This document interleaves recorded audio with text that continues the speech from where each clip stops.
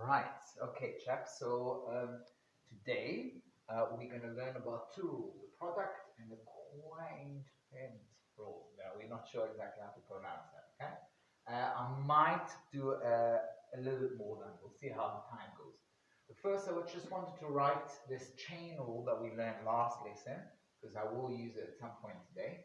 If I have a function of a function, okay, a composite function f of g of x. If I want to find the derivative of f of g of x, I'm going to find the derivative of f with respect to g and time it by the derivative of g.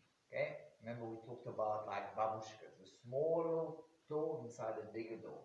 Okay? I will use it a bit later. So what we're looking for things now is like this. Okay, let's say I have f of x, which is equal to g of x times h of x. Okay, so a product. Okay, and I actually want to find out what the derivative of f. If you remember last lesson, we naively said, can I just do the derivative of g times the derivative of h? And the answer was no, we can't do that. That works out for plus. If we had g plus h, yes, we can do the derivative of g plus derivative of h. But when we multiply, it doesn't work. Okay? So what I'm going to do this time for a change, I'm going to try and make things a bit simple. I'll just give you the rule. I'm not going to try and prove it. Okay? I probably will make, after you go, I will make a little video where if you want to know why to prove that rule, you can watch it, but it's completely optional. You don't need to. It's beyond the level of this course. So the way to do it is basically do like that, is do the derivative of the first one, time it by h, so no derivative, plus g, the function g, times the derivative of h. Okay? So we do the derivative of the first function multiplied by the second function plus the first function times the derivative of the second function. Okay, I'm just going to pause here and then we'll do an example. Okay, so let's start with our first example. So I've got a certain function. You can see it's a multiplication of two functions. I can say, I want to, that let's say this is f, or what did I use, g. Okay? That could be f of x, and that's a multiplication of g of x times h of x. So it's a product of two functions. Now, the way we've been doing it so far, if you remember, we spoke about it last lesson as well. The way you would do it is just open it up, times that by that, multiply all the terms so we get one long function and then find the derivative of each one of them. But we don't actually have to do it. Okay, so we can use the product rule as a little shortcut. That's in the first example. The second example, you see why the product rule, sometimes we have to use it, no other option. So what does the product rule tell me? It said, okay, take the derivative of the first function. What's the derivative of 3x squared minus 3? It's basically 6x, right? The minus 3 just dies. So I'm just doing the derivative of that. Okay? That I'm going to write down here. That's the derivative of g. And now I need to multiply it by h of x. Okay? Like this. 2x cubed minus x plus 4. Okay? So that's g derivative times h, not derivative, just h function. But that's not it. Now I need to write down the g, the normal g, which in this case is 3x squared minus 3. Okay, that's your g, the function itself, not the derivative. And I multiply it by, what do I multiply? By the derivative of h. What's the h? That's h. So the derivative is going to be 6x squared. I'm hoping I'm not making mistakes here. Okay, 6x squared minus 1. Okay? Now, obviously, we can't leave it like that. We need to simplify it. So now I'm just opening up normal. So that's going to be 12x power 4 minus 6x squared plus 24x. And now this one plus 18x power 4 minus 3x squared minus 18x squared. Probably making a million mistakes here. Plus 3. Okay, add term, like term. So 18 plus 12, 30x power 4. I'm going to write dy dx. Okay, squares. I've got minus 6 minus 3 is minus 9. Minus 9 minus 18 is minus 27x squared. X of that looks like just this one is the x was plus 24x and a plus 3. Okay? Very possible I'm making mistakes, but the principle is the main thing. Okay? We take the derivative of the first function multiplied by the function, the second function, not the derivative, the function, plus the first function times the derivative of the second function. Okay, I'll just pause here.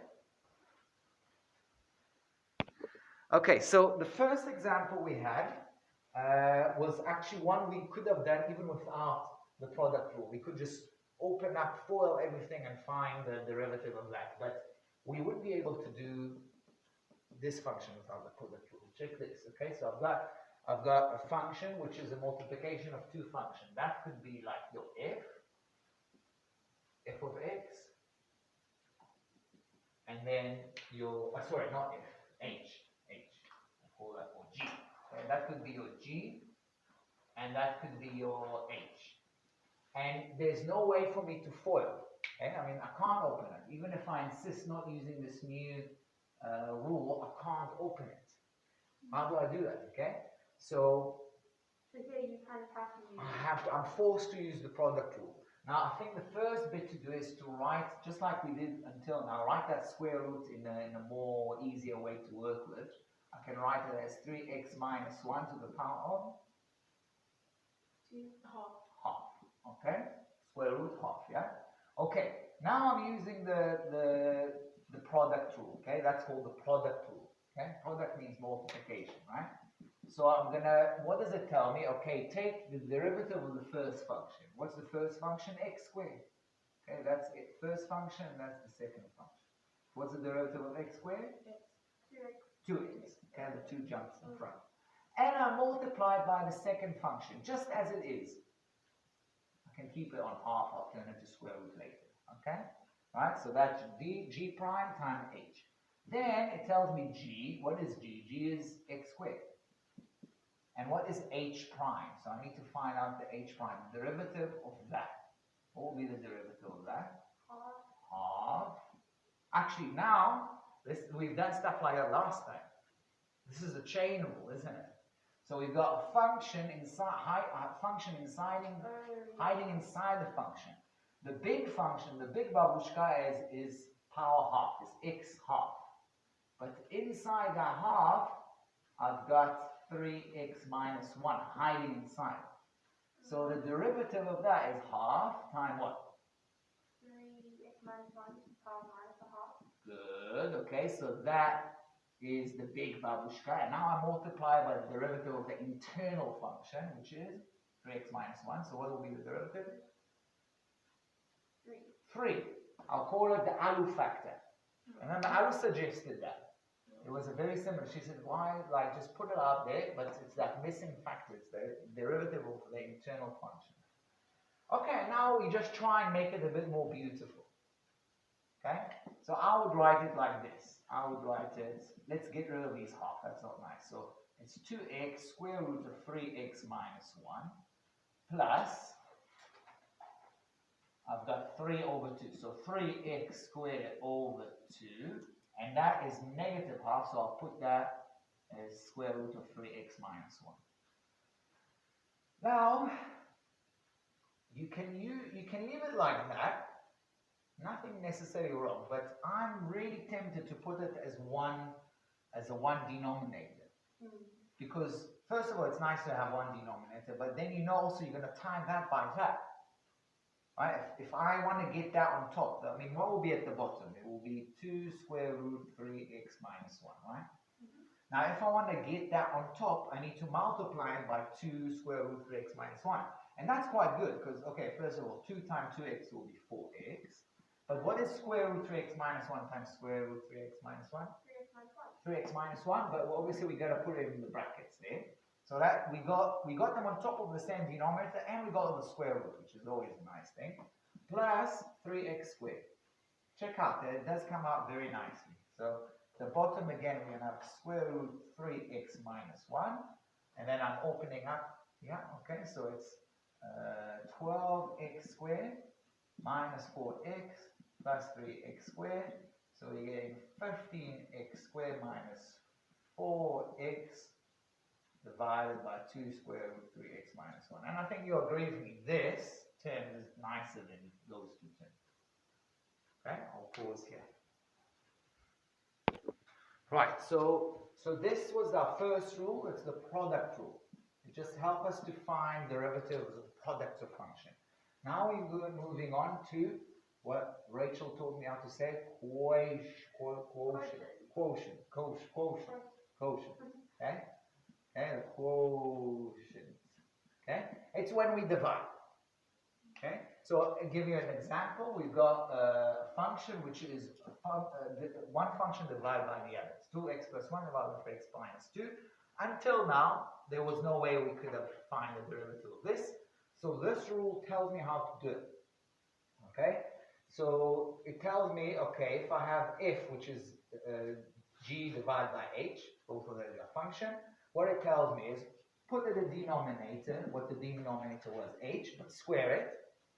Then do the derivative of g times h minus g times the derivative of h. Okay? Right. Let's practice that. Okay? So obviously this is your this is your g and this is the h. I'll write it down. This is like your g of x and this is your h of x. So let's figure out how to do it. So y prime. What should be the denominator? The square of h. What is h? The one in the denominator here. So it's still in the denominator, but I need to square it. Okay. Then it tells me find the derivative of the top function. So what's the derivative of 2x plus 1?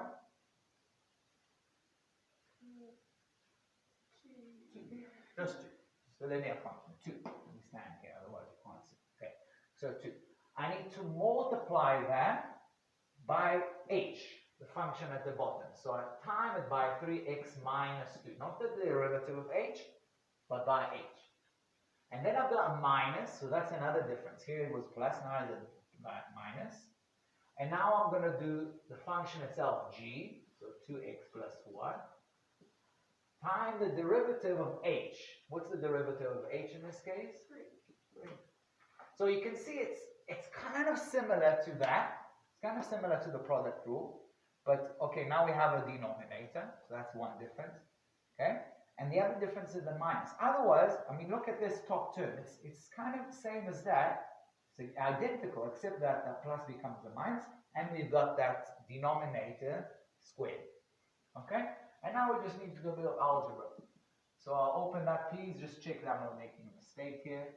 6x minus 4 minus, there's a minus, so all going to be minus 6x minus 3. Yeah, okay. And then I'm squaring that.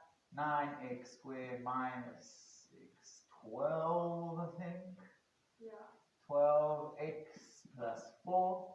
And then it's equal to minus 7 divided by 9x squared minus 12x plus 4. Okay, pretty easy. I'll pause here and we'll see what other examples we've got to do. Okay, so we'll do one more example. Again, I have a function divided by function. Okay? I need to find the derivative. So the first thing, I know that I've got a square of something in the denominator. The square of what in this case? What do I need to square? The x square or the root? The root. I know, because he's already at the bottom. So that's good. That's quite handy. Square of a root is just the thing itself. So it's 1 plus x squared. Okay? I just did square of the square root, and obviously I got rid of it. Now I need to find the derivative of the top one, which is 2x. If you don't mind, I'm just going to go through it pretty quick. Times the one at the bottom, times h, times square root 1 plus x squared. And then the minus, don't forget we got that minus there. And now I got to do g, which is x squared, times the derivative of 1 plus half squared. 1, so I ran out of space. Now we need to find out the derivative of h, which is that square root, which is always a little bit difficult. We're using the chain rule. Okay? Maybe I'll wait for you for this one. Okay? What's the derivative of that? I might just write it on the side. That is obviously equal to 1 plus x squared power half. It's always a bit easier when you write it like this. So we're trying to find the derivative of that. Let's use our opportunity. Half times 1 plus x squared power minus half. minus half. So we just did the derivative of the outer function, and we have to time by the derivative of the inner function. The inner function is inside here, and that is 2x. 2x. Okay? And if you don't mind, I'm actually going to leave it. Or do you want me to kind of simplify that? Do you need me to see the algebra? I think it's pretty, there's a bit of work to do here, because you got to put that at the bottom, not here at the bottom, but there's a little bit of algebra to do here, but I think you'll be fine. I'll just pause here and see. This is really, is it working? Yeah, this is almost the end of this video. I actually took a different route here, and maybe it's better. So instead of proving these rules, I just showed you how to use it. Yeah. And makes things much more simple. You don't need to know to prove these rules, but you know I'm a bit obsessed with these kind of things. So what I'll do, I won't do it now, don't worry, but I will prepare another video. If you want to know where these rules come from, you can watch it, but you don't have to. It's not. So if we don't understand, it's fine. Yeah, you don't even need to watch. If you think it's just going to confuse you. You just need to be able to use it. Cool. I'll stop this video and we're going to start another one, another topic. Should I do another movie or the same one? How many minutes? Maybe stop it.